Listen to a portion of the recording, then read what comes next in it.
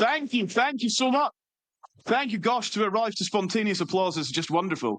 Hello, good evening, and welcome to Whitehall Sources Live. Tonight you join us in central London, just round the corner from Parliament, actually, to preview the budget. I know what you're thinking. Don't we know everything already?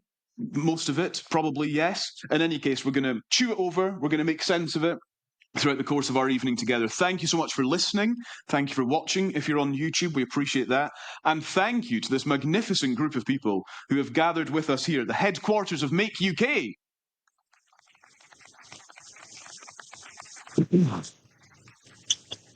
It's great to see you all. Now, we are here thanks to our sponsor, Ruud Peterson, and in association with Make UK as well. So thank you to both for helping us do this. We are, of course, at a crucial time for the country, for businesses, and indeed for this Labour government. I don't think that's overstating it. For months, we have been building up to Rachel Reeves' second budget, which will be delivered next week. I'm Callum MacDonald. Hello, it's very lovely to see you. Thank you for being with us. And let me introduce you to the red and box of insider political knowledge. Red button? No, okay, fine. How about this one? The test and balloon of budget speculation. No. Okay, sorry. Should have tested these before. I know, they were in the script, it's fine. In any case, welcome Kirsty Buchanan, who was a special advisor to the Prime Minister, Theresa May.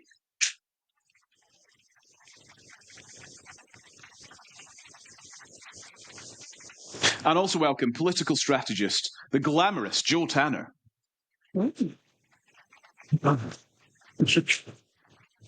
Good, right, we are here. It's Tuesday the 18th of November. I think that's important to note as the evening that we're recording, because who knows what we'll find out in the next couple of days. But today, two separate surveys lay bare how business and consumer confidence have been hit in recent weeks. Barclays finds that more than half of UK businesses have paused investment. This is their Business Prosperity Index reporting that bosses are hamstrung by caution and a focus on building savings buffers.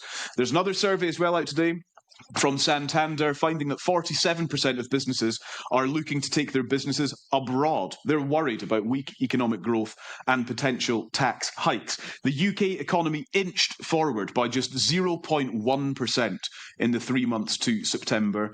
Of course, we have witnessed U-turns, rumours, forecast changes, all reported just in recent days. All of this is the context for the budget, where the Chancellor looks like she's going to need to raise around £25 billion. So who will be hit? What taxes will rise? Will those with the broadest shoulders really be the ones who feel like they will be bearing the burden? Kirsty, what does this budget need to be, would you say? Okay, well, I think it's probably worth considering the sorts of budgets that you can see, and they do tend to form a certain type of pattern over the years, except for the ones that unravel quite quickly and spectacularly, which we'll leave aside. And there's two types of budget that are the sorts of budgets you can expect from a strong government, and there's the sort of budget that you can expect from a government in trouble or a government that's weak for a variety of reasons. So the first kind of budget that you can get is what you'd call a kind of reforming budget. You know, we've seen a number of these over the centuries. Probably a classic of its genre would be David Lloyd George, 1909. I don't know if anyone remember this budget. He took on the landed gentry with the People's Budget, and he lost, I might add. But it did create the Parliament Act of 1911, because all his great reforming budgetary measures were voted down by the House of Lords. And also you think of a budget like 64, Jim Callaghan, and he brought in capital gains tax, corporation tax, so big reforming measures by people for a variety of reasons to think you're strong.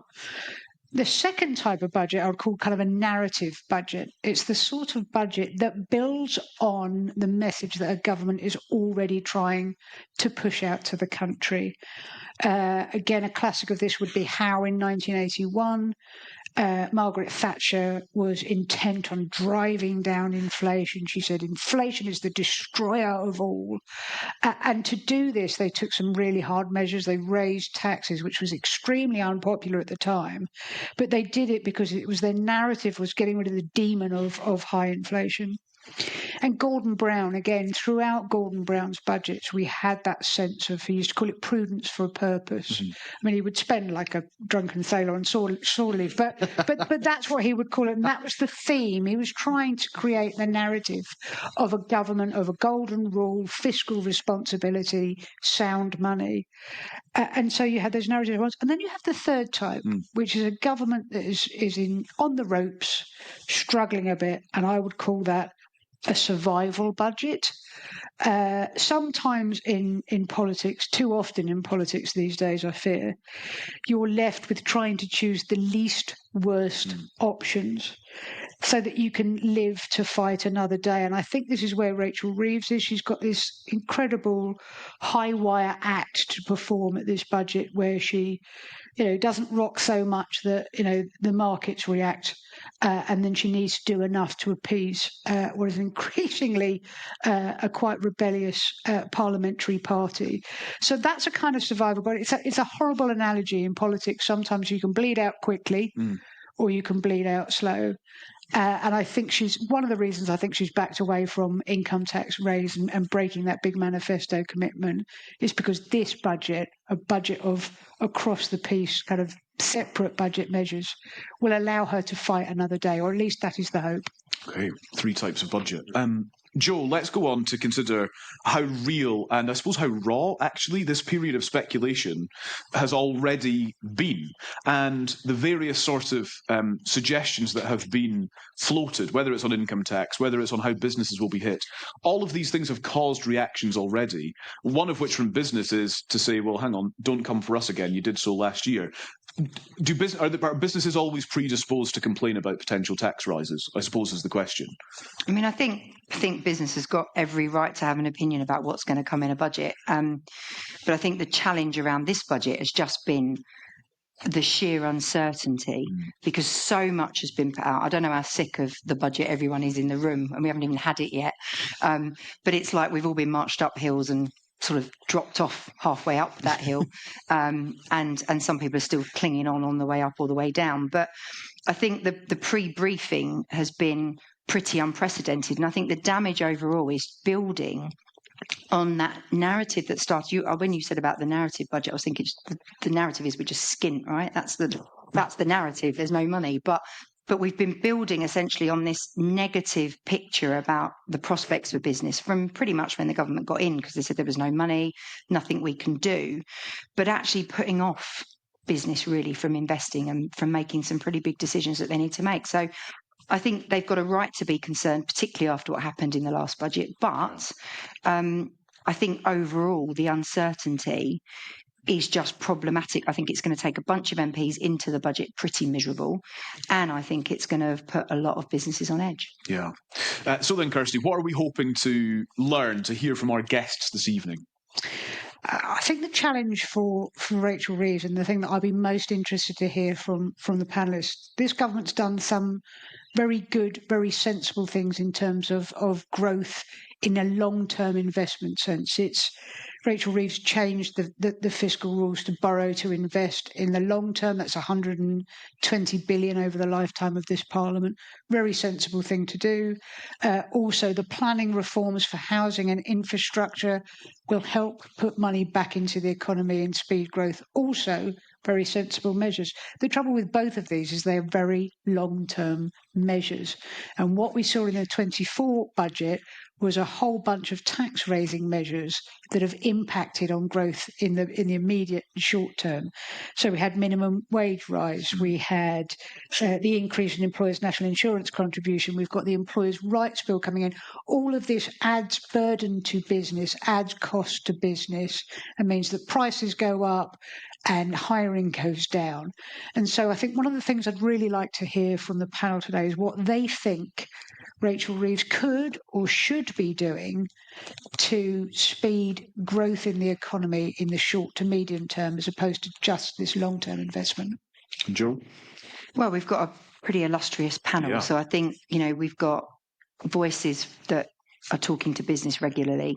So I think understanding what that challenge is from business, what our guests are hearing. But I think also we've got from Chris Curtis, I think the interesting point about how can we actually see a united Labour Party around this budget? How actually can Rachel Reeves instill some confidence that she knows what she's doing and that there's a reason to kind of stick with the path, even though the polls look pretty grim? And I think for Harriet, a challenge essentially around, let's face it, the narrative is going to be trying to slam anyone involved with the previous government. And I think being able to set out an alternative and for the Conservatives to be able to critique really effectively, I think that's part of a big job that the opposition have got. And I think I'm pretty sure Harriet will be able to set that out pretty well. Well, in a few moments, we will hear from our panel for the evening. But right now, since we are here in association with Make UK, let's welcome the chair of Make UK, which champions engineering and manufacturing in the UK. Please welcome Lord Richard Harrington.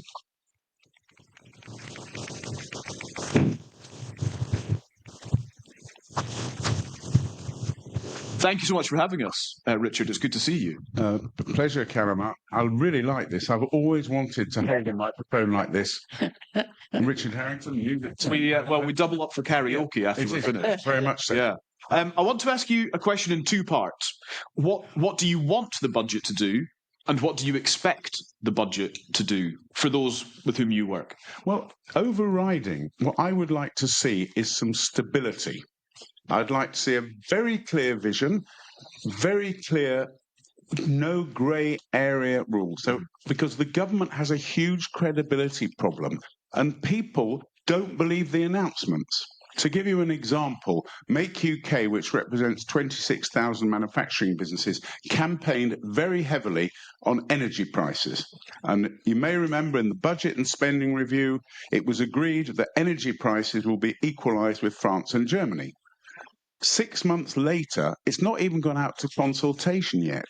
So I don't want announcements that are vague and will lead to consultation.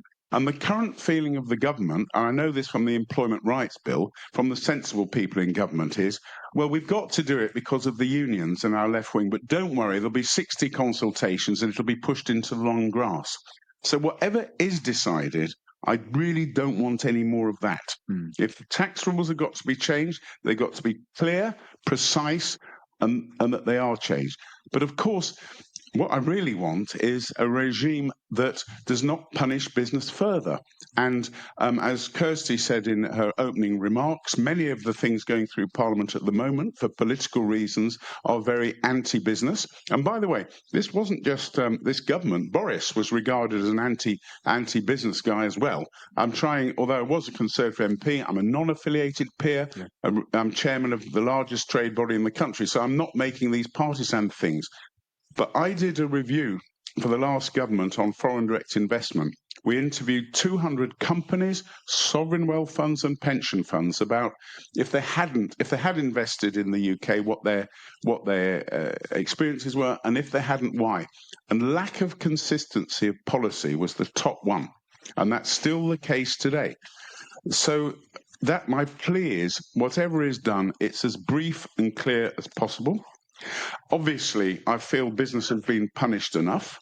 And unfortunately, the feeling amongst quite a few people in the Labour Party is that punishing the rich, which is old for me. I mean, my parents met at a Young Communist League dance in 1955. I am not an Etonian Conservative by background, but this is all old hat. And all these cliches about working people. Basically, unless you live off capital, you're a working person. It's all this old rubbish has got to be dumped for once and for all. And I think the growth agenda, as championed by Chris Curtis, who it's a pleasure to be on this panel with, he's doing a very hard job, but there are very sensible people in the Labour Party that realise that, and the leadership has to back them. Richard, your report, we talked about it a lot. You said that there was, I think it was a £50 billion gap in terms of if foreign direct investment could be secured. There was essentially an opportunity you talked about, didn't you, in your report that was available to the UK. But do you think even with the things that have changed, do you think the way that the country's been talked down and potentially this speculation around budgets, do you think that gap is actually bigger or perhaps even harder to get to now in terms of filling it? Well, we are getting a lower share of foreign direct investment than we got in the past, so the gap is larger. But it's amazing, Joe, because again, going back to the actual evidence, the foreign investors, be they multinational companies who can choose which country they want to invest their money in, or institutions, they've actually got a favourable disposition towards this country. It's like we start with 30 love ahead, because yes, they do like the language, they do like the rule of law. We do have it here as opposed to other countries. They do like the fact, basically, they want to send their kids to school here and all that. I know it's all soft and fluffy, but we do start ahead of the game. And we blow it because of what happens from 30 love, rather like when I played tennis, until the end of the game.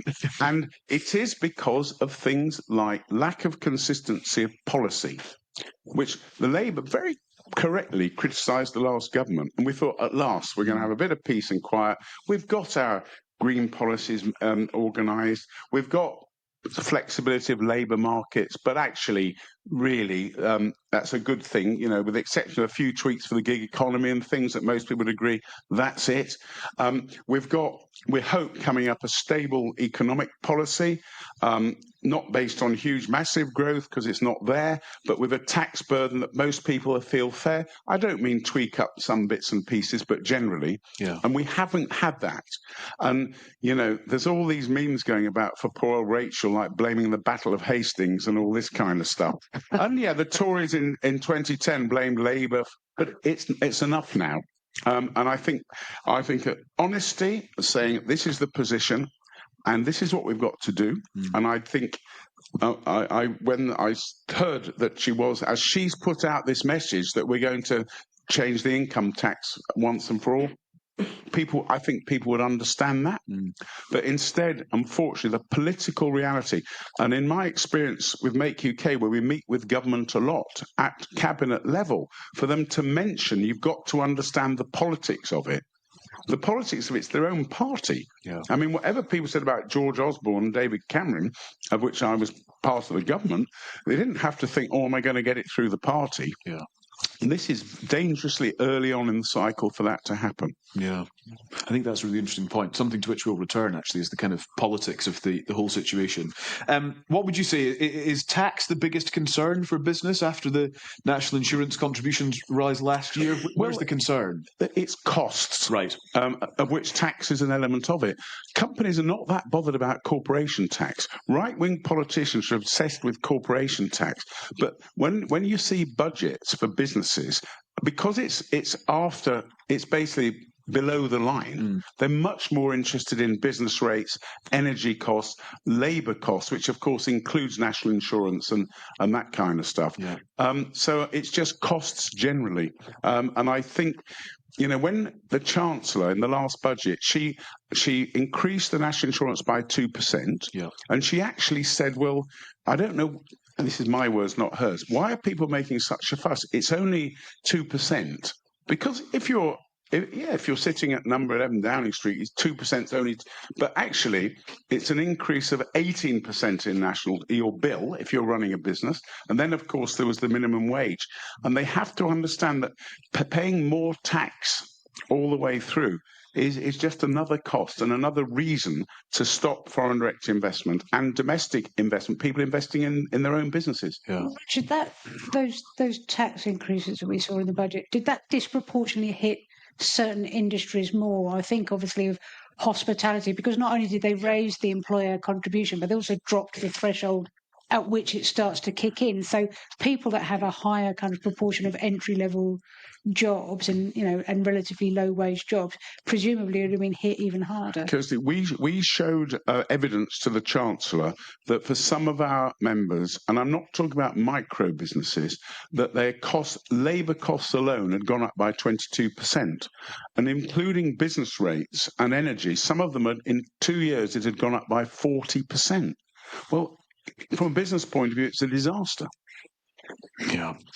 Lord Harrington, we're going to catch up with you again later on in the podcast, once we've heard from the politicians, to get your sort of post-match analysis. Thank you so much for setting the scene for us for now. It's a pleasure, and thank you for not calling me a politician. Thank you. Yes, you can enjoy the show. I've been kicked off the stage. Not at all. We'll come back to you in a little bit. Right, let's welcome then our guests, our panel for this evening. I'll introduce all three of them and you can applaud them onto the stage collectively. They are Chris Curtis, the Labour MP for Milton Keynes North and co-chair of the Labour Growth Group. Dame Harriet Baldwin, Conservative MP for West Worcestershire and Shadow Business Minister. And Ruth Sunderland, award-winning business journalist. Welcome.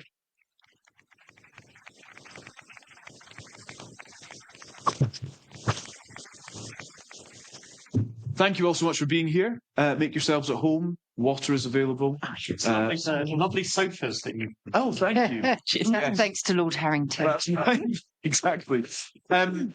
Right, let's start, Chris. I think we have to start with you, probably for obvious reasons. You don't have to start. That sounded more aggressive than it needed. Yeah, sorry. We're here for a conversation. I think that is key. This is to be a constructive discussion with you. We'll take some questions throughout the evening as well, as to where this budget is heading. Is growth still the central mission for this government, as you understand it, Chris? Well, yes, I think it is, but it is because it needs to be. So we're going to come on to what are going to be incredibly difficult conversations, decisions that are going to be made in the upcoming budget. And this isn't to come back to the point about working out who we blame for this, because ultimately it's a range of reasons. But fundamentally, it comes back to the fact that the British economy has not really grown since the financial crash in 2007, 2008. Average wages in the UK, roughly the same as they were then. And ultimately, and cost and burdens on the public service, from National Health Service to an ageing population, have dramatically increased. And until you break that cycle, you are not going to be able to stop making difficult decisions, even more difficult decisions at every budget. That is the reason the tax burden is so high. That is the reason there isn't enough money kicking about for good public services.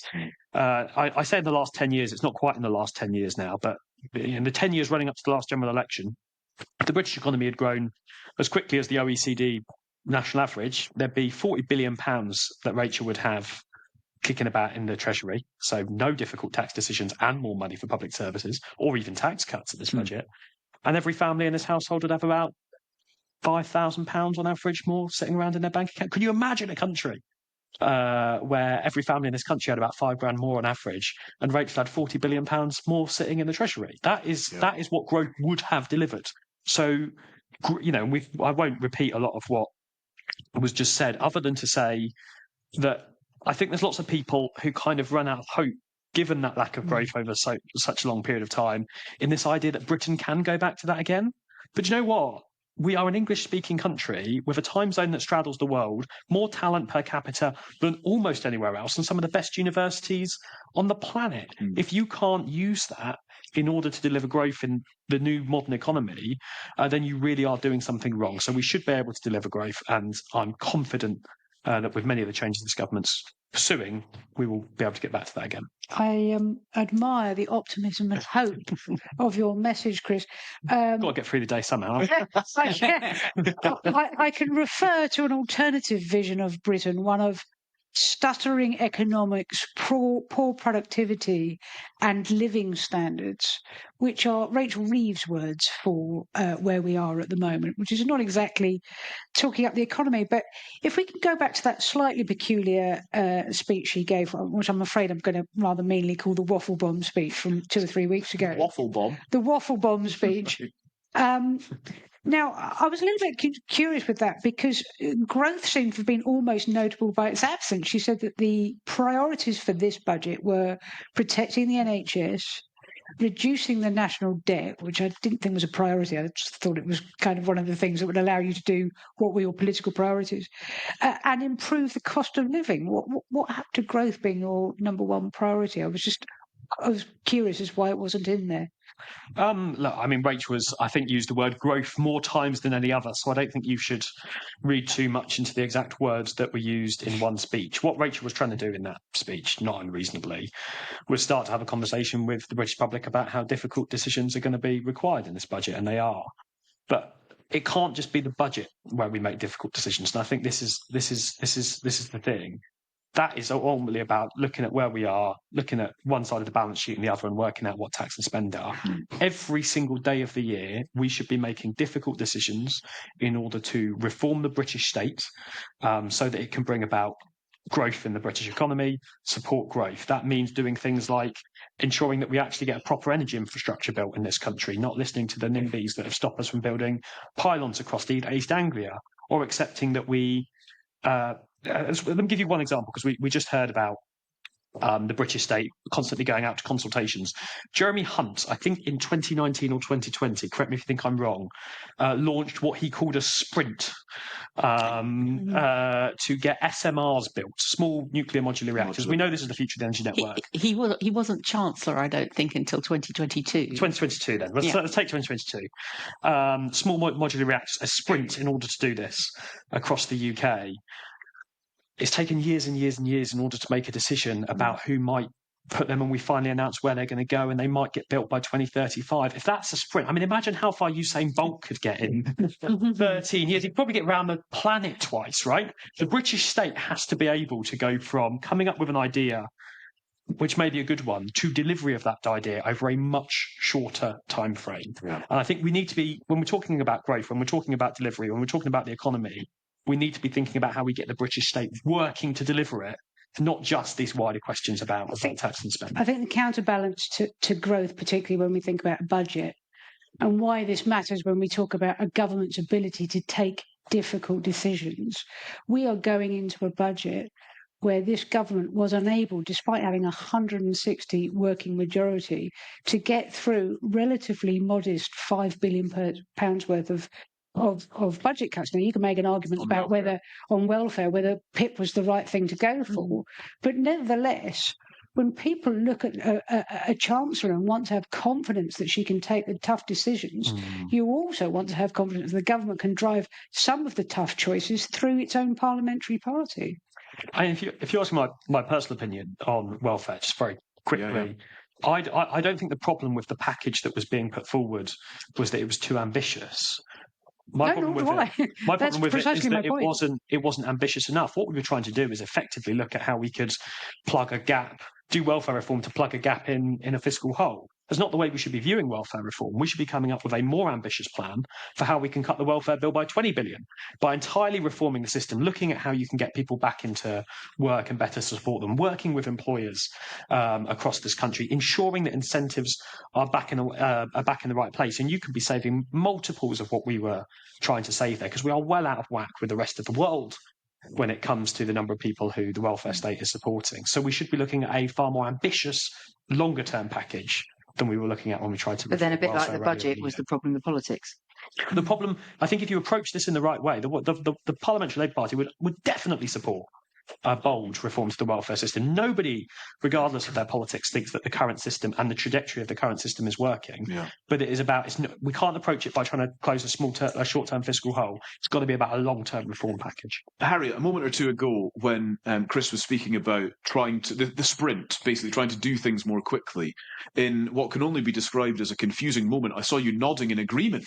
Oh my goodness, politicians may agree on something. Just tell us why you were nodding. Well, because the productivity problem is well documented, but the productivity problem, if you drill down into the numbers, is actually that the private sector has generated quite good productivity growth, and it's been the public sector that has really been a laggard in terms of productivity. And in fact, if you focus specifically on the NHS, for example, output in the NHS has still not recovered to where it was before the pandemic. And so if you could solve the public sector productivity side of things, that would go a long way to helping with growth. And yes, of course, decision making on things like small modular nuclear reactors is, but thank goodness, we did get to an announcement this week. That's far, far too slow. And I could give you endless examples from my own constituency. But I do think the bigger theme is around public sector productivity, because we've got to get out of this doom loop. And And that's one of the elements that we need to invoke. The other one is the one that Chris just touched on, which is welfare reform. Because if you want to look at something that is growing in the economy, it's the number of people going onto welfare. So when Labour first came in, there was already far too high a number of people being signed onto sickness every day. I think it's 2,000 people, and now it's up to 5,000 people. And we've seen, of course, nearly 200,000 people lose their job on paid payrolls since the budget last year. So we're in this doom loop. We've absolutely got to get Britain working again. We've got to get people moving from welfare and to really tap into that potential that we have as a country. And is the problem, or is the consideration, I suppose, for the Conservatives ahead of next week's budget, this idea that Kemi Badenoch may be trying to frame the Conservatives as the party of fiscal responsibility, but we have such a recent track record to hold up against that claim, that from 2010 to 2024, UK government debt reached the highest level since the 1960s, that we've already discussed the trend of economic growth has not been good, it's fallen since 2008, the average weekly earnings from 2023 were way below their 2008 peak, the level of taxes relative to the economy outpaced levels hit during the 1970s. I suppose is that the consideration for how the Conservatives are trying to contend with this budget to offer something credible as an alternative? Yes, because we acknowledge that with the cost of the pandemic, which I think has been put at something like £400 billion, and then the cost of subsidising UK households through that energy crisis that we suffered after Putin's illegal invasion of Ukraine, were very, very substantial. But what's disappointing is that the UK economy was on a recovery path. The public finances were set on a recovery path.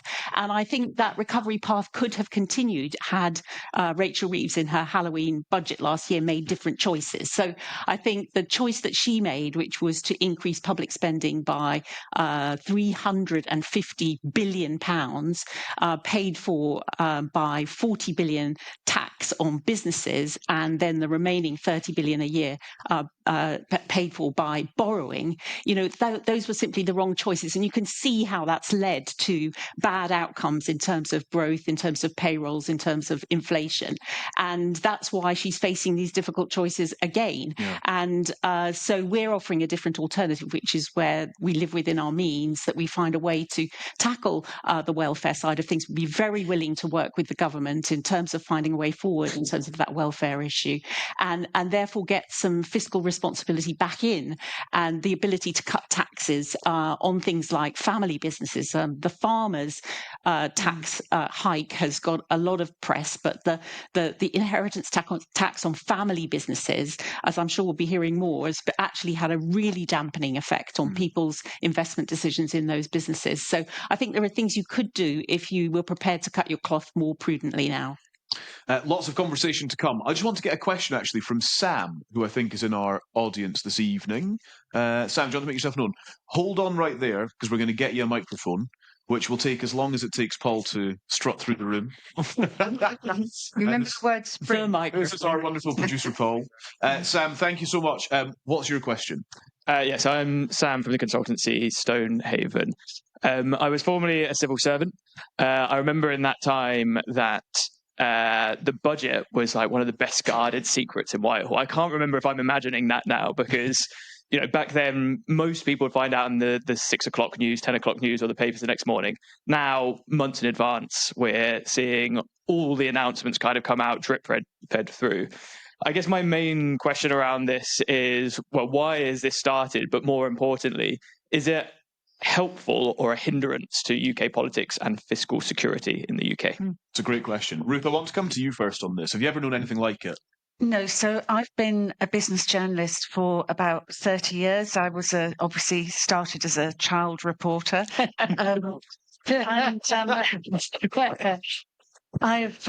I've never actually known anything like this in the past. So we were talking about growth. I mean, there is certainly, if there is one area where there is no problem with growth, it's around speculation, kite flying, leaks and all of this.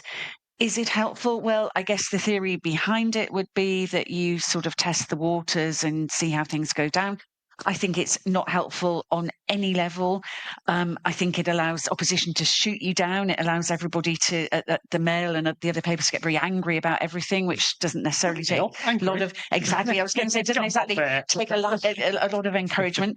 And I also just think it has a hard effect. It isn't just words, it has an actual effect on confidence. Yeah. I think you mentioned, Callum, the 2 surveys. There was also a 3rd survey on household confidence, which has also been damaged. And really, that's just common sense, isn't it? And if you don't know what's coming, and if that seems to change all the time, you're going to delay decisions.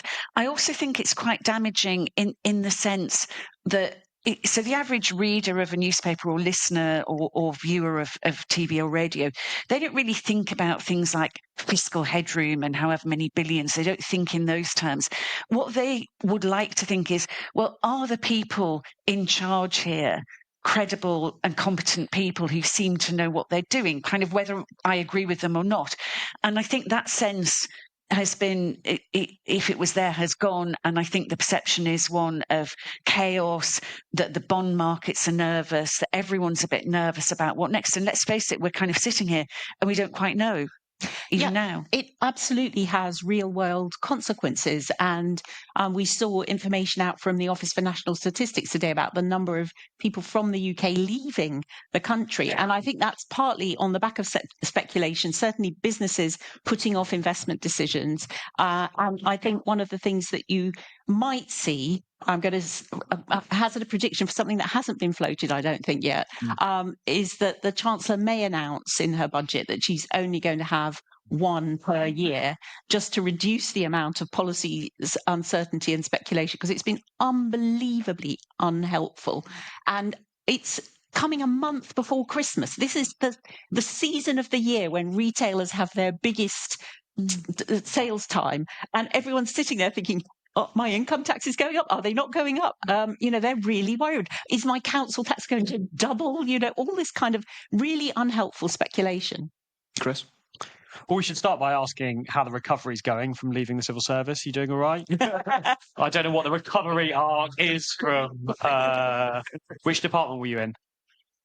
The Cabinet Office. Oh, bless you. All right. It's about a 2-year recovery from Cabinet Office. Look, the leaks about the budget did not start in June, July last year, right? It's becoming a problem that's been crescendoing for a while. I think it is frustrating. She did a press conference. I think, yes. She did a press. Well, yeah. I think people set directions of economic policy throughout time, even if not saying the measures that were in the budget. It has certainly been a direction of travel to do this. I agree with you on the point about moving to one big fiscal event a year, rather than this habit that we've had of having 2. And if I could just respond to a point that you made earlier that I think was quite interesting about the different types of budgets and the political constraints. The way I see this budget is a little bit different. Like, this is with the best will in the world, given the difficult financial situation this is in, we are almost certainly not going to come out of this budget the week after the most popular government ever, right? I don't think I am breaking any confidence or being disloyal to my party by acknowledging that fact. And therefore, given that there are difficult decisions, we might as well make the right ones, right? And what does that mean? That means actually, I know nobody knows what building up fiscal headroom means, but you might as well build up fiscal headroom because that's the thing that can ensure that this is the final difficult budget and we're not back having to make difficult decisions next year, and consumers and businesses can come in knowing that they've confidence. It also, I think, means starting to do good reforms to our tax system. One element we haven't talked about of our tax system that is incredibly anti-growth is just how bloody insane it is. Thousands and thousands and thousands of pages where you have VAT rules that are trying to work out the temperature of a pasty, and not necessarily want to go into those ones, but it's an incredibly complicated tax system. Incentives are often in the right places. In many ways it works in an incredibly regressive way. So what can we do to start to reform that in more of a pro-growth way? Potentially looking at reforming property taxes, which are incredibly difficult for the construction and house building industry in particular. Actually, I've said out loud that I think that there was a reasonable point that was made about this having national insurance and income tax running as two completely separate taxes. Actually, should we start to look at in the long term medium term how we can merge those together and form one income tax with them. So in a world where there's no easy decisions, let's acknowledge that they're all difficult and make sure that we do the right one. And so are you expecting these things to come up next week? Well, we'll have to wait for the budget. I'm just. It was worth a try. I don't know, and if I did, I wouldn't leak it. Isn't that the point? Isn't there supposed to have been like a backbench briefing to show where things have moved from? Rachel Reeves before the election was having smoked salmon breakfasts, and it's been briefed today that backbenchers were being taken in for cheese straws. That's how bad things have got. Gosh. You just got a cheese straw if you were lucky. Did you You get had one to of bring those? your own cheese straws as well. Or bring your own. Look. Are you partial to a cheese Did straw? you enjoy Chris? the cheese straw? I cannot remember the extent of the I could not tell you what M&S goods I have been given by the Treasury. Look, I've certainly had conversations with various people across government, but this is my view on what. That's what you call a non-denial denial. That was pretty good, actually. So, I absolutely agree with you. I think the tax system really does need looking at. I think it's far too complicated. I think it's not really fit for purpose in the sense, I guess, business taxation probably originates in a time when capital and factories were fixed in place and had local workforces and capital wasn't mobile the way that it is now. I don't really think, though, that simply, and I also agree that having one big event rather than two would be helpful. I don't think that would move away from all the speculation and all the leaking in and of itself, though. And I think the problem that you've got, that fairly or unfairly, the public perception is one of cynicism. And I think people can take the fact that hard decisions have got to be made. You look back, you mentioned 1981 and very hard decisions made in that government, whether you agreed or disagreed. And at the time I lived in the northeast of England, and that was not a nice place to be in 1981 as a kid watching what went on there.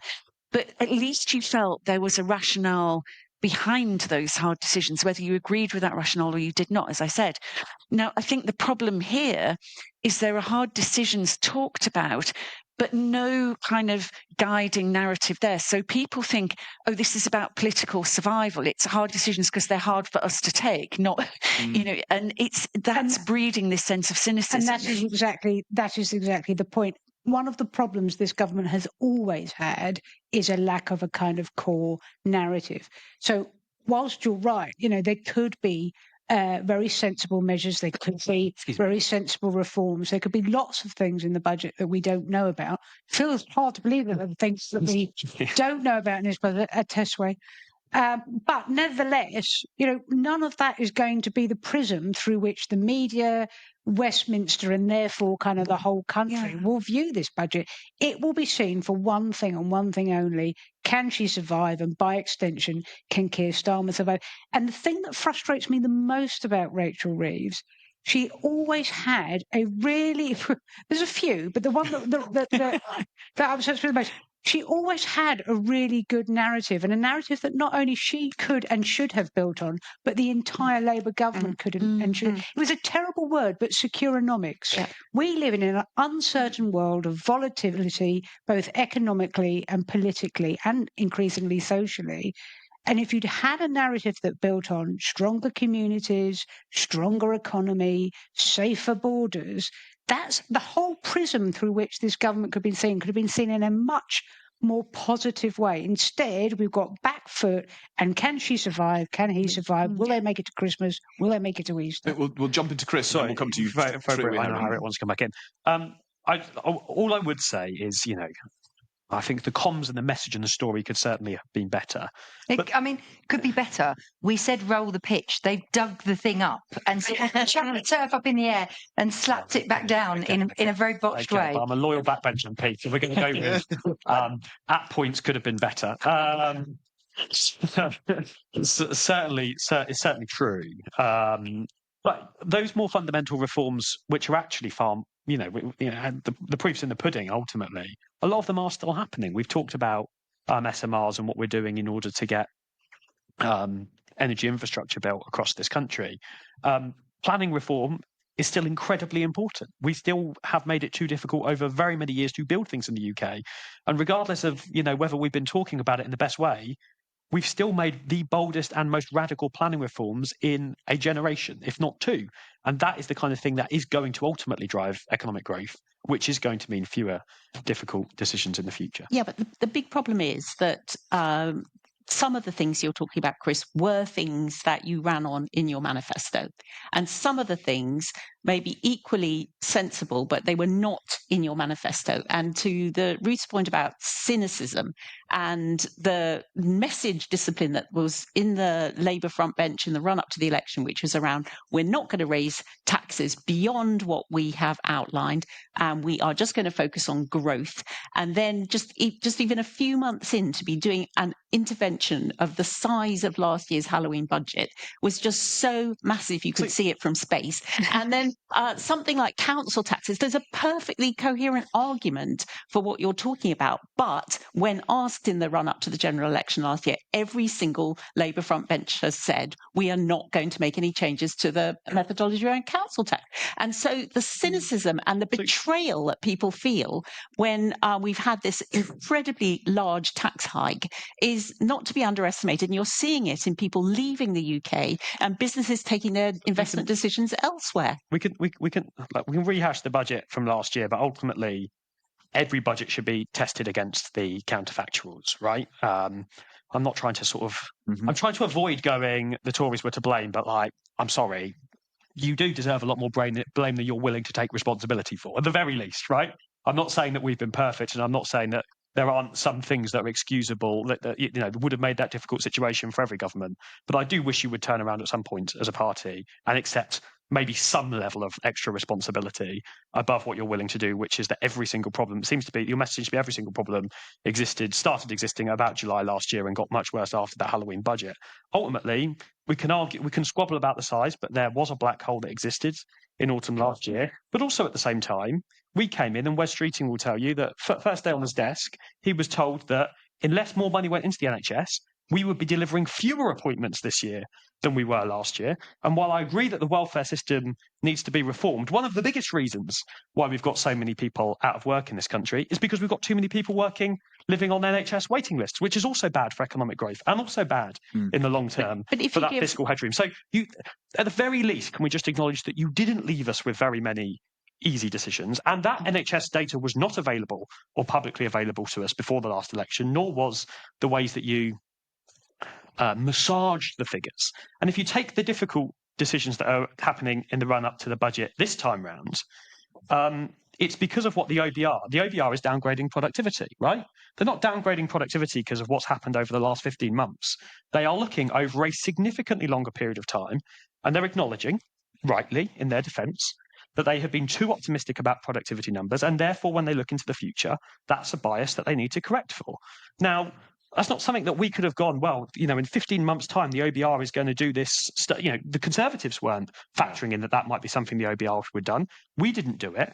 But when it comes up, we have to adjust our approach to it reasonably and responsibly in a way that's fair and just, looks after the most vulnerable, protects our public services. And I don't think it's unreasonable for Rachel to do that. And I don't think you can just pin the blame on this Labour government for the fact that they're having to make those decisions. Well, I think you are going to have to take some responsibility for some of them. But on the productivity side of things, I did mention NHS productivity and how it hasn't yet recovered. What's it gone up by this year? It hasn't recovered yet to where it was before the pandemic. It's gone up by 2.7%. This year. So it hasn't recovered to where it was before the pandemic. And to come in and give a 29% pay rise without any strings attached is not going to improve NHS productivity either. So I think that we acknowledge productivity is a challenge, but I did cite the fact that it is mainly in the public sector, and that's really where I think a lot of the focus needs to be. String? Can I just say, sorry, because I think this is turning into a right old ding dong. Yeah, we were trying to avoid this. We're trying to avoid it. So I think the Tories were punished at the election. I think the nation had their say about that, and so that is what everybody thinks. Unfortunately, I think, Rachel Reeves didn't have the greatest hand to play. She hasn't played it all that brilliantly, in my opinion. And I think rightly or wrongly, I don't think just the ordinary person out there or ordinary person in the business, they're worried about what's happening now. I mean, I don't think people are even that interested in a blame game about it.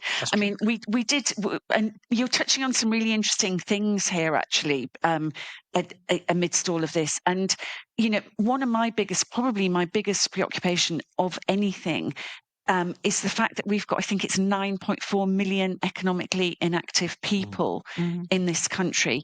And that is really incredibly worrying. Yes, you're right. Some of that is due to NHS waiting lists.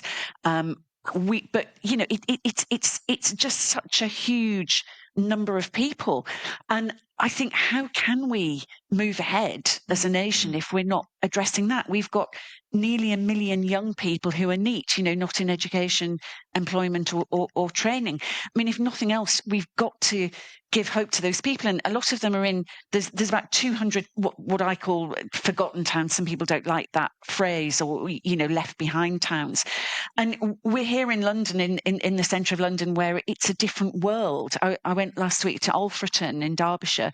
And that is one of the forgotten towns. And I think, we've got to do something. We've got to harness all the talents of all our people. And what's lacking at the moment is any form of inspiration, or, yes, we're taking hard decisions, but what for? Where are we going with it all? How are we going to pay our way in the world? Yeah. And this is what I think people are really hungry to hear. Yeah. I think forward looking is definitely a bit of a theme. Perhaps there's responsibility and blame to consider, but I think people are trying to look forward and plan for the future. We certainly get that from listeners to the podcast, listeners to the radio program I do. It's very much a kind of, I'm trying to get to that next bit, actually. And so kind of vision is helpful, I think, in all of that. I want to just touch on a little bit on business confidence as well. We've kind of mentioned it in passing here, but I think it's worth just kind of putting some numbers on it. And indeed some commentary on it. Andy Haldane, former Bank of England chief economist, saying there's without a shadow of a doubt a direct link between the speculation we've seen and sluggish growth in the economy. A Bank of England survey in September saying that British companies reduced employment by an annual rate of 0.5% in the 3 months to August. That's the worst figure since 2021. Businesses have pulled back on hiring. That's been reported in a whole string of other surveys as well. Nearly half of the 2,000 companies surveyed by the Bank of England said they were cutting the number of employees they have.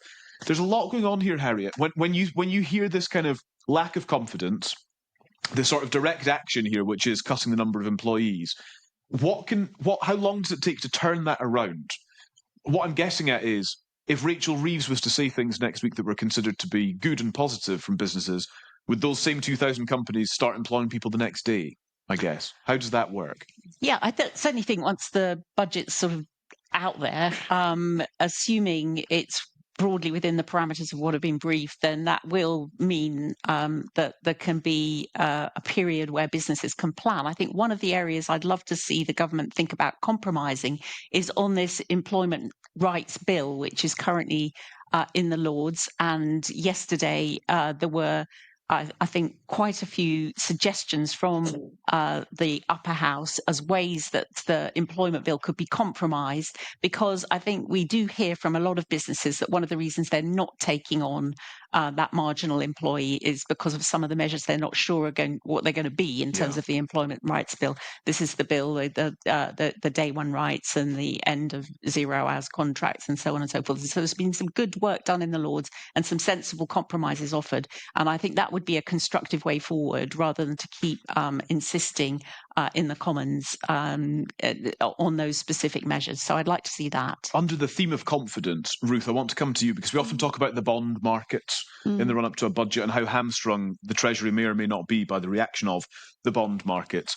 And I sometimes worry that is quite an ambiguous phrase that people kind of throw around. This is fundamentally people deciding whether a budget is a good thing or a bad thing. I'm saying that loosely, but perhaps you can add some detail into what we should be looking out for next week. Well, I mean, I think so people are going to be watching the bond markets very closely, aren't they? And I think, what it essentially is a gauge of is how risky do people think is UK sovereign debt? That's what you're coming down to. So I think the bond markets, so they have been quite supportive of Rachel Reeves. Actually, so far there isn't. There isn't a bond market crisis, and so the talk about Liz Truss and everything, that is, in my view, very overdone. Right. But patience isn't unlimited, and when you listen to people, so there's disappointment out there, rightly or wrongly, that welfare reform wasn't carried through. I think that the feeling was it's not so much about the money saved; it's about they want to see a direction of travel and they want to see a strong message. And I think the feeling on the bond markets was that, well, if you can't do these things now, relatively early into a government that was, whether it's a shallow majority, it was a big majority, Sure. then kind of when can you? What they are afraid of something worse. So that's Nigel Farage. Well, maybe it could be Nigel Farage, but could be. We're all afraid of something worse with Nigel Farage. See, well, polling Indeed. suggests that Reform are trusted more than the Tories and Labour on managing the economy, according to Ipsos from September. Yeah. Well, that's because they haven't had a chance to do it. Yeah, I mean that I can guarantee you the British public would change their mind on within weeks of experiencing it in practice. Right. But hopefully. One thing I would say, just final point about the bond market is, that there's the sort of there are some people who seem to think, bond vigilantes are sort of slightly mythical bogeymen. Yes. It's very real. You take on the bond market at your peril. And this, coming back to Sam's original question, from which I think we've strayed a bit miles away dramatically. And I'm reminded that that's what sparked this all off. But that, coming back to the bond markets, that is one of the problems, isn't it? When you speculate, when you kite fly, you create a situation of instability, of uncertainty, and nerves, just nerves. And when Rachel Reeves finally gave that, we can argue whether it's a standard thing to do a speech or not, and try and fatten up the pig on the way to market, and she did. But she rolled the pitch for what ended up being effectively the wrong budget, because in essence, what she was rolling the pitch for was, brace yourselves, folks, I'm about to break our manifesto pledge, and I'm going to raise income tax, which is why we got that weird kind of Kitchener, everyone must play their part bit. Then she basically bottled it, because whilst, we can argue about whether economically it might have been the more sensible thing to do, but politically it would have been suicide, I think, for her, for Keir Starmer, and in the long term, probably the Labour government. So she then came back to kind of smorgasbord variation on it, where if you're going to roll a pitch for it, what you really should be saying is, well, everybody must play their part, but those with the broadest shoulders, hint, hint, hint, come on, mansion tax, and all those sorts of things. So when she finally did break cover, we'd had weeks and weeks and weeks of leaks of speculation. She breaks cover and then rolls the pitch for something that a week later she junks. In fairness, like that. Look, I don't want to speculate on leaks, nor do I want to speculate about what's going to be in the budget. But if I were to speculate on either of those things, I would also point out, in fairness, that part of the reason for that change may be the dramatically improving situation, the smaller amount of money. That is a load of old hooey. The idea that the OBR one day says, "Oh, it's a £30 billion black hole." Oh, but we found some money down the sofa. She basically bottled it because it's politically completely unpalatable. This does not hold water. I think there's reasonable. It is reasonably realistic to believe that headroom, for various reasons. Well, the bond market clearly didn't believe it, though. For reasonable reasons.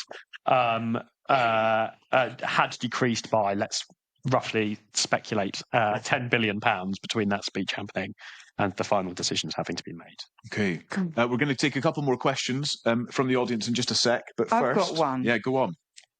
Would you start a business? Now, if you weren't in politics, given where everything's at, would you start a business? Yeah.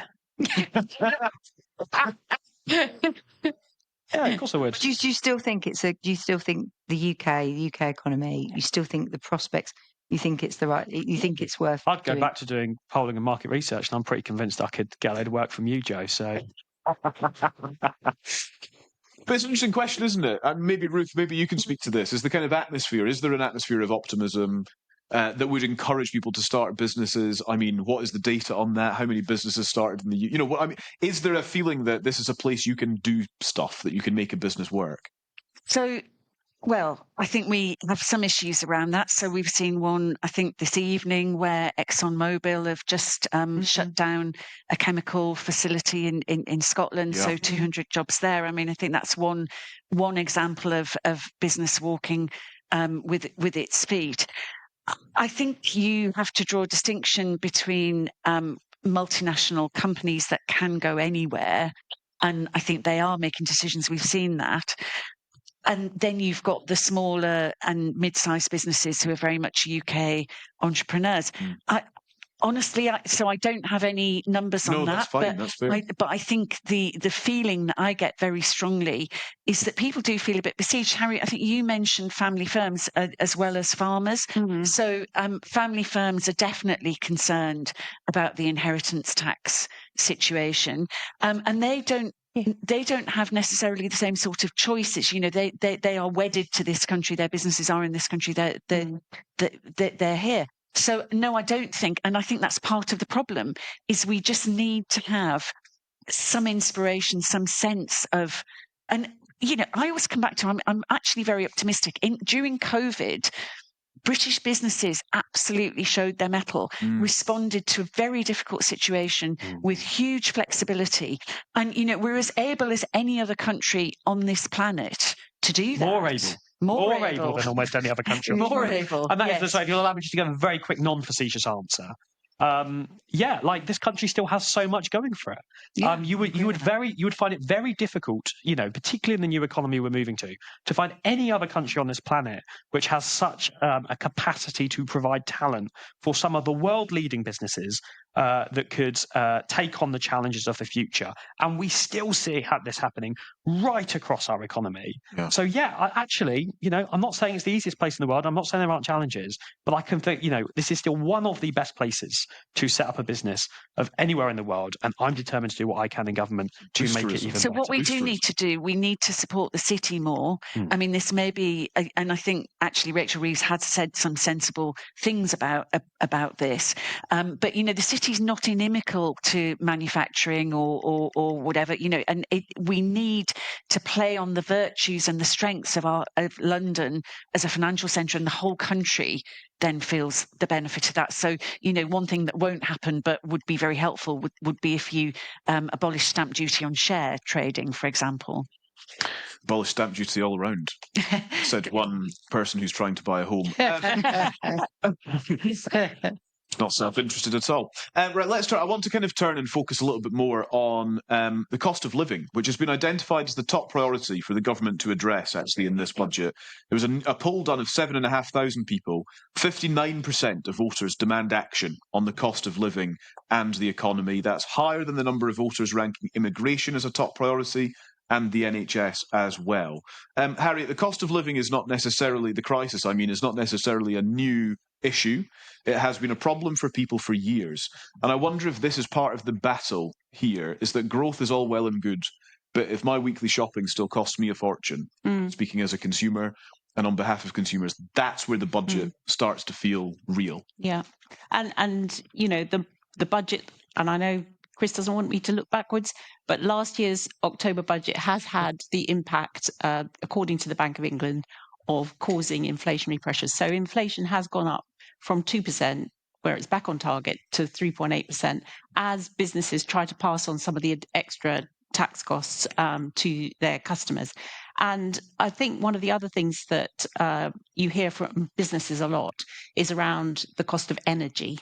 And I think that's an area that we've seen some limited measures from the government in terms of addressing it for some of the higher users of energy. But I don't feel that we're making the right choices when we are importing a lot of energy from the North Seabed via Norway, but not extracting it from our own North Seabed. And so I think that we've got to think about how we can bring down the cost of energy, not just for households, but also for businesses. And we did come up with some announcements in terms of a cheap power plan at our party conference in terms of some of the levies we could take off household bills. As a shadow minister, business minister, have you had some conversations with your backbench Conservative MPs who are still consistently opposing energy infrastructure projects in this country,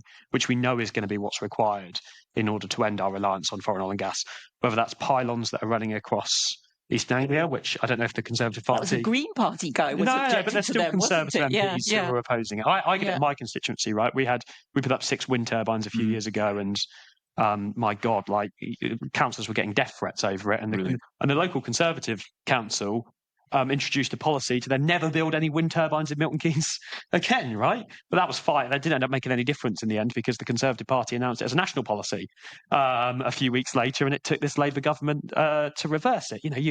It wasn't your fault. It was Nick Clegg's, admittedly, but you went along with a policy to go, well, let's not build any nuclear power stations because they won't be online until the 2020s. Well, my God, when that energy crisis hit, I wish we'd have had those nuclear power stations, because if you compare the UK situation, and yes, you're right, it's one of the reasons why you ended up having to spend so much money, more money spent on bailing out energy bills than on the furlough scheme.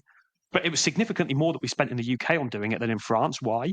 Because we were too reliant on the foreign oil and gas price, because we didn't have nuclear power stations in the UK. So it's only by, I'm a bit abundance pilled in answer to your question, right? The only way of what are the two biggest costs that are driving, extortionate cost of living in the UK?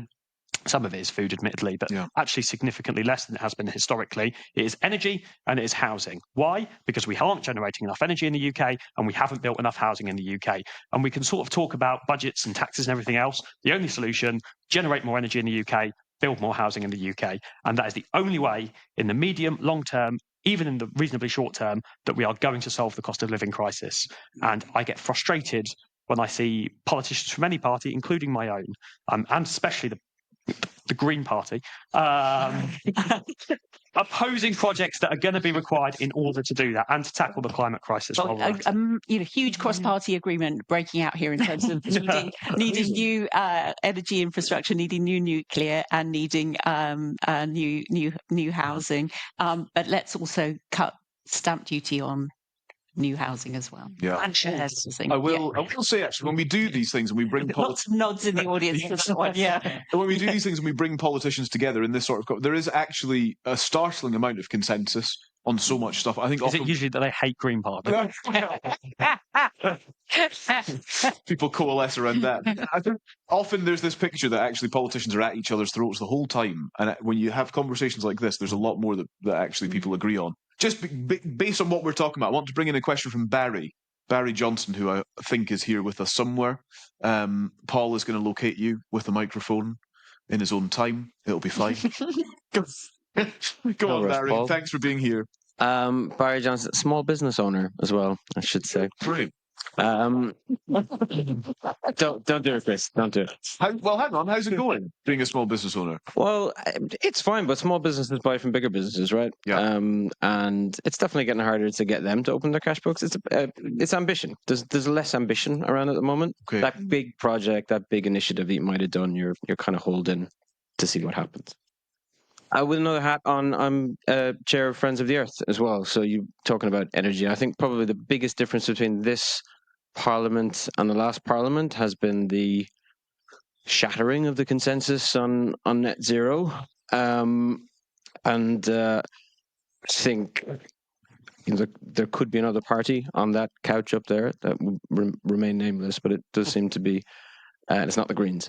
Do you mean Reform UK? Yeah, well, I'm glad you said it, not me.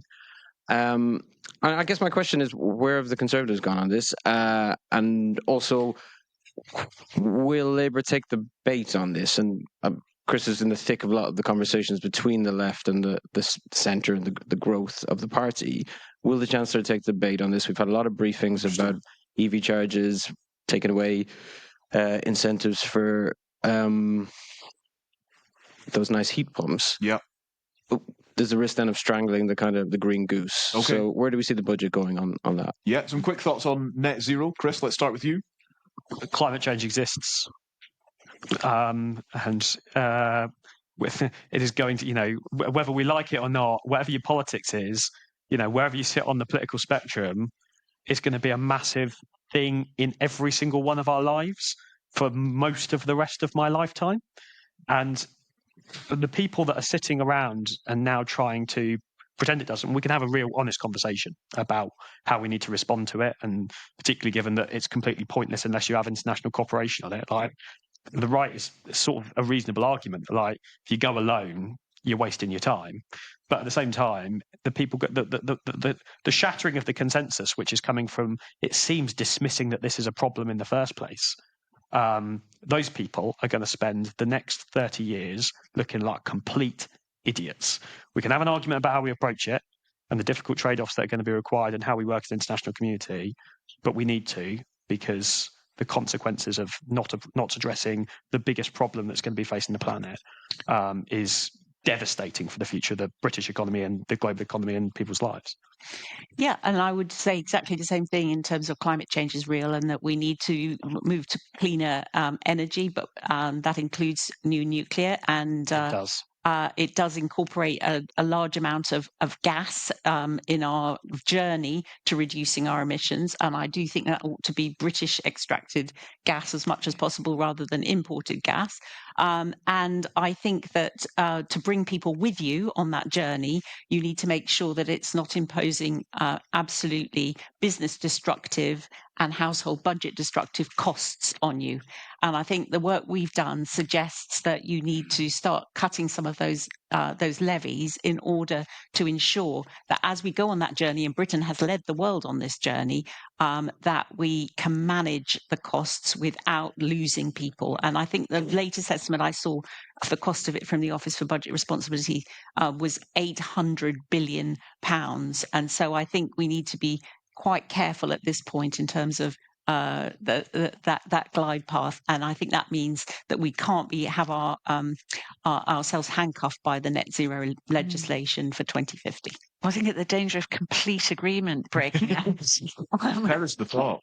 Yeah, I do agree with that. Climate change clearly is real, but we have to keep people with us, and we have to get the balance and the approach right. And I think hurtling at too fast a pace in too ideological a way isn't going to work. Sorry, go on. No, can I just make just one other point as well? Because we can have this kind of this big complicated debate about, like, exactly, should we do North Sea oil? Should we do more of this? Should we do new nuclear? And actually, the debates between all of those are a lot more, looking at the economics, the debates are far more marginal than we actually would be willing to admit, given that we love to spend all of our time arguing about it. The far bigger problem is that we have an entire energy network that is just complete chaos. We're spending loads and loads of money building wind farms in the wrong places, and then paying people to switch them off. And the incentives are not in the right place. At the moment, let me just give you one very quick example. Ofgem are having a row at the moment about building an energy storage plant, which we know we need on Loch Ness, because they can't get the timings right and it can't get through planning permission in this direction. And at the same time, they're struggling to build AI growth zones, which we also know we need in Scotland, because they're saying there's a shortage of energy because we might need gas after 2030. So there's just entire sort of system state blockage, and it's back to that point I started with. I'd much rather have these conversations about how we fix the state so it can deliver these things, rather than having these actually pretty marginal conversations about the exact makeup of the energy that we should be producing in the North Sea or elsewhere. Again, I admire the optimism again, Chris, with which you attack this, and you're right about the need to sort this out. The time frame. And this isn't about keeping people with you. This is just a little bit of magic realism, I think, for me. Much as I admire the idea of decarbonising the grid by 2030, it's a little bit much like I admire the ambition of building 1.5 million homes in this parliament. It's not that the pace is too fast; it simply won't be met. We don't have the labour, we don't have the skills, we don't have the raw materials to be able to do either of these things. And when you overpromise like this and underdeliver, even on things that people think are the right things to aim for, you just continue to erode trust in politics.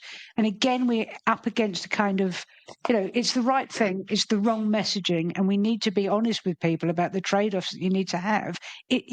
Whether you get there in 2035 or 2030 is not going to make a row of beans to people if they think it's the right direction of travel. But what will matter to people is if you make promises that are simply undeliverable. We cannot build 1.5 million homes in this parliament. It's just not doable. It's never doable, and we won't be able to decarbonise the grid by 2030. We just don't have the skills, the men, the raw materials to do it. Thank you. Applause has broken out. Very quickly, if you would, Chris. We've not got loads of time, and there's a couple more things we want to get to. I don't think there's any problem with ambition, but it needs to be ambition on both counts with flexibility. I mean, on the 1.5 million homes, for what it's worth, I actually think it was entirely reasonable that we could have hit it. Maybe this is false optimism for me. I actually think, if we were bolder and more radical and quicker at addressing some of the problems, for example, with the building safety regulator, we could have hit that 1.5 million. Yeah. But what we need to do is we need to build a British state that is quicker and more adaptable and flexible and actually able to deliver, not able to run consultations. And here's the fundamental problem. You have built a programme of delivery based on 2 terms in office.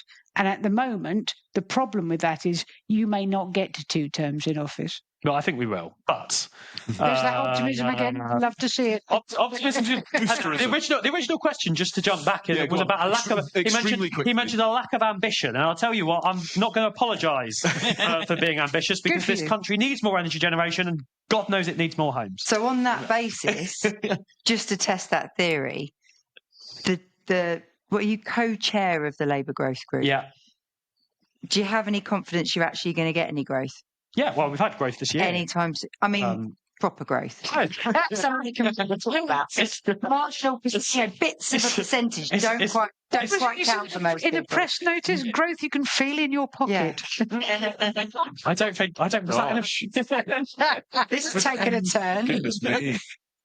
Given we've been talking about how impotent the country's been feeling.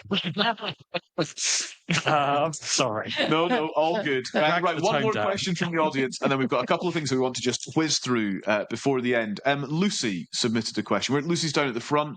That's good for Paul's step count, if nothing else. Here he comes. He's casual as our Paul.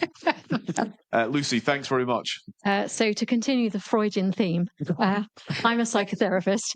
So I'm very interested in the psychology of money, the psychology of wealth, and the psychology of value, and how individuals have a very personal relationship to wealth and money, certainly in terms of things like lack or scarcity or abundance. And as a result of that, given that our relationship to money and wealth is so psychological, and given that affects not just the bond markets, but voting intention, what does the panel think that Rachel Reeves really needs to do next week in order to tell the story to make the voters feel safe and secure? Great question. Ruth, can we start with you on this? So what I think she needs to do, well, I'll put it another way. So I think I'm fascinated by the psychology of money too. And I think it seems to me that one of the big motivators is loss aversion is very powerful and becomes more powerful as people have more to lose, which is generally as they get older, they become more loss averse. And I think one of the big areas that Rachel Reeves needs to look at if she's going to make people feel more secure around money psychologically is pensions. And, we've seen very vividly with this, with all the speculation around, is she going to attack the lump sum? Is she going to cut the relief on contributions? All of these kinds of things. People have acted in a very visceral and emotional way about that, and sometimes done things that are probably against their best interest, very, very sadly. So I think one of the things that she could do would be to convey that pensions are safe and you don't need to be so worried. I also think inheritance tax, it's slightly linked, is another very important example of that, because it doesn't affect all that many people for the amount of emotion that it generates. But I think there is something very visceral about the idea of one's legacy and what you leave your children. And it's something that people really emotionally dislike about the idea of that being taken. So those are the two areas that I would highlight. This is such an important point. And I was in the Commons when Rachel Reeves at the end of July last year announced that she was going to end the winter fuel allowance for anyone who was not on pension credit. And I drew breath. And I said to my colleague next to me, I said, did she just announce that she's going to take away the winter fuel allowance from anyone who's not on pension credit? Whatever she does next week, let's hope she doesn't make a decision as crass as that in terms of people seeing it in their pockets and their bank accounts, because that had the most visceral reaction. I simply, to this day, cannot understand how she came up with that decision, that someone on, £12,000 a year would not get this amount in their bank account. And so there's a very big difference when you're thinking about these things from the Treasury in terms of what will people feel as cash out and what will people feel as perhaps something continues to go up, but perhaps not as fast as before. And those are so different psychologically. It's such a fascinating point. Yeah, I don't disagree with many of the points that have just been made about loss aversion, and that's ultimately what makes politics difficult. And I think sometimes we do have to be braver at standing up to them, because ultimately the big problem that we've got, the reason we've got a stagnant economy and everything else, and a tax system that makes no bloody sense if you start from first principles, is because nobody ever has the bravery to take it on because of that loss aversion.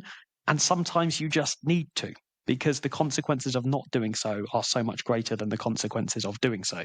What I want to see from Rachel in the budget is, I think, and many of us have touched on this, is not just the difficult decisions, but that story for the future of the country, that hope that things can and will be better, a story that ties together all of the difficult decisions that we're making, budget or not budget aside, and says, but this is why. This is the place that we need to get Britain to. This is what we think has gone wrong. This is why we are doing this to fix it. And this is what the big prize is at the end if we stick with it. That's what I really want to hear from her in the budget. Just one other point on psychology. The less economic growth you have, the more zero sum everyone becomes. One of the reasons we're facing all of these, what most of us sort of reasonable centre ground politicians would say are difficult economic circumstances, is because everyone in the country, after nearly 2 decades of stagnation, has become more zero sum. They increasingly feel like the only way they can win is if somebody else loses. And a country with that kind of political culture is not going to end up in a good space politically. So the best way of getting out of that, the best way of moving back to a political space, a political conversation that I believe in, that I want us to be operating within, is to bring British growth back to the economy. Because we know, I think most people in this room probably do not think that the economy is zero sum. I run the Labour Growth Group, which the premise of which is that it doesn't have to be zero sum, but the only way that we can prove that to the British public is by getting growth back to the British economy and making the difficult decisions that are going to be required to do so. Chris Curtis, Ruth Sunderland, and Dame Harriet Baldwin, thank you all very much indeed. Thank you for joining us.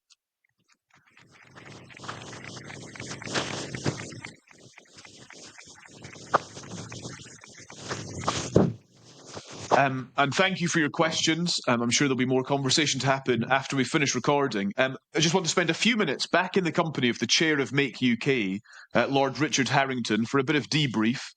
So, Lord Harrington, if you'd like to join us, and we'll just consider what we've heard just for a few minutes to end the podcast. Upstrokes, Paul. He's gonna get his microphone. He's a man who knows he needs his microphone. I'm worried you won't actually get that back after this. Yes, now, I know. He seems quite. I think that's going to go with you, isn't it? Lord Harrington, we'll come to you in just a sec. Kirsty, first of all, I suppose your immediate analysis of what we've just heard from the brilliant conversation between the three. Yes, there's consensus. There's a lot of talk about difficult choices. There's definitely some optimism in there.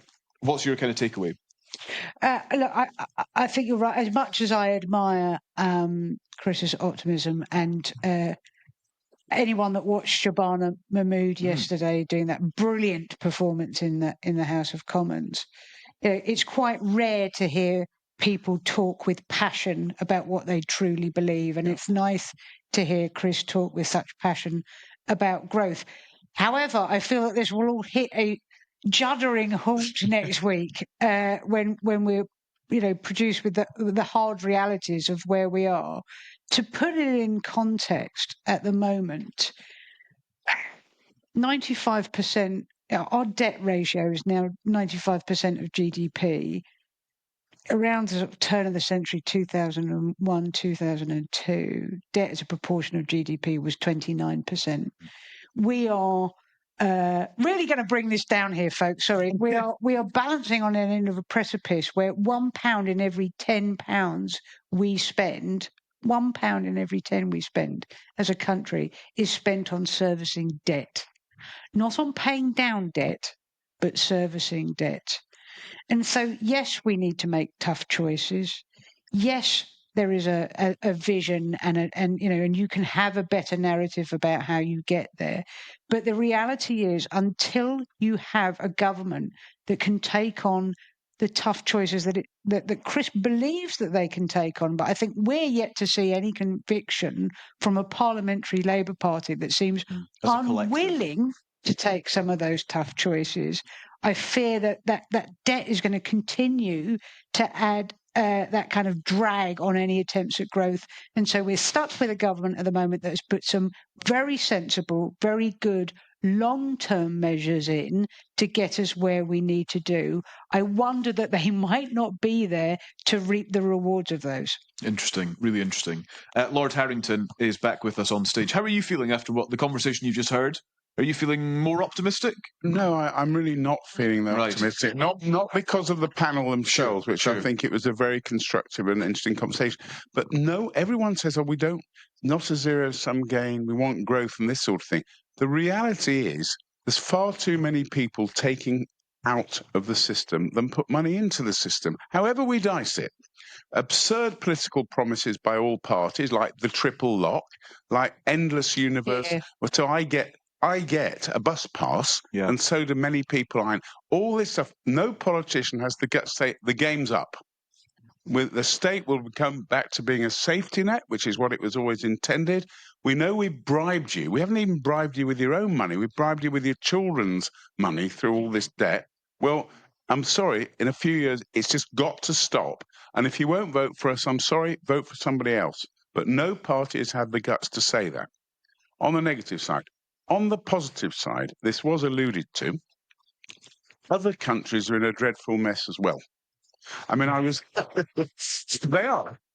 All because of bribing the electorate in the way they have to get votes. And I shouldn't mention the name of the company, but I was a French company who are members of MAKE. They've invested a lot in this country. And I was speaking to the CEO, who speaks better English than actually, I was going to say you do, Callum, but Outrage. I thought he was going to say me. He's not going to ask me back anyway. But he said to me, I read the Times every day. He said, wise person. He says, first of all, he says, I pay nearly 70% of my income in different forms of taxes. Secondly, you talk about civil disobedience. You see, there's 10 people making a fuss outside a pub in Epping. We have 1 million people take to the streets nearly every weekend. It's not even reported. He said, thirdly, lack of stability in government. We haven't even got one. So I'm exaggerating, but the truth is other Western democracies are in a big mess. Yeah. So actually, it's not the money internationally saying, Britain's in a terrible mess, we won't invest there, because the other ones are quite good. Yeah. So the fact is, it's not all disaster. I would start a business tomorrow. I'd actually hire you lot and Chris. Ruth, you could do the PR for us. But there's a lot. Yes, it was. But there's a lot of talent. Yes. And I don't think I think the government has to be quite drastic in what I was talking about at the beginning of this. But in terms of changing sentiment, this bit of stability now for the next few years, I think will go a long way. Really interesting. Thank you. Really interesting. A concluding thought from Joe and Kirsty then, as we bring tonight to an end. We often talk about rabbits out of the hat at budgets. These are things that are surprise measures that haven't been trailed in advance and that we don't know about, and that everyone's very sort of, surprised to understand. First of all, do you think we'll get one? Second of all, in Fantasyland, what would you like it to be, Joe? Gosh, I don't know. You like Fantasyland, Joe? It's a bit more interesting than the real one sometimes, isn't it? Well, short of a resignation, I'm taking some sort just to make it interesting. I'm not sure. I do wonder if there is something that, given all this, we've been told it's a smorgasbord. I think it's a dog's breakfast. And the worry with the dog's breakfast is that it's going to be so complicated. I'm not even sure we'll know there's a rabbit, because it might take us a while to get to all these little measures to find out there is something. So I'm not sure there is an obvious one. I am really intrigued about stamp duty and the reaction that Kemi Badenoch had at the Tory party conference, and whether actually the government will have looked at the reaction to that. The press were very favourable, and whether there is something there that could surprise us. But that's me trying to be optimistic, and perhaps sitting next to Chris for a while, sort of seeing if some of that optimism will rub off, but I'm not completely sure it will. Yeah. I think the most likely rabbit in the hat will be something around energy bills, the cost of living. It's been flushed out a little bit in the press, but not too much. The rabbit I would really like to see, which I suspect probably won't be there, but when we all thought she was moving towards breaking the manifesto commitment and raising income tax, I thought might as well be hung for a sheep as a lamb. Go the full hog and get rid of the triple lock. Any politician of any stripe in private will tell you that the triple lock, with an ageing population, 3 times the price that it was originally designed to be, is a madness. Nobody wants to touch it. It's got to be gone. And Rachel Reeves should look in the mirror and think, my days are numbered. Let's do the country a favour. Let's get rid of it.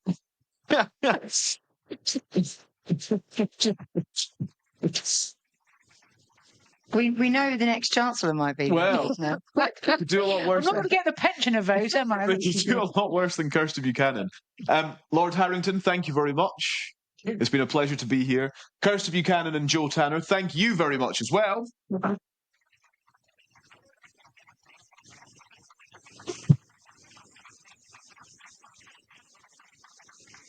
And thank you to our brilliant panel. Thank you for your questions. Thank you so much for being here. I hope you've enjoyed the conversation this evening. This is what we do on the Whitehall Sources podcast every single week. Tell your friends, subscribe. It's completely free. It's been really lovely to see you here. Who knows what next week's budget will bring? Whatever it is, we will analyse it for you on the podcast. We look forward to doing that. For now, though, thank you so much. And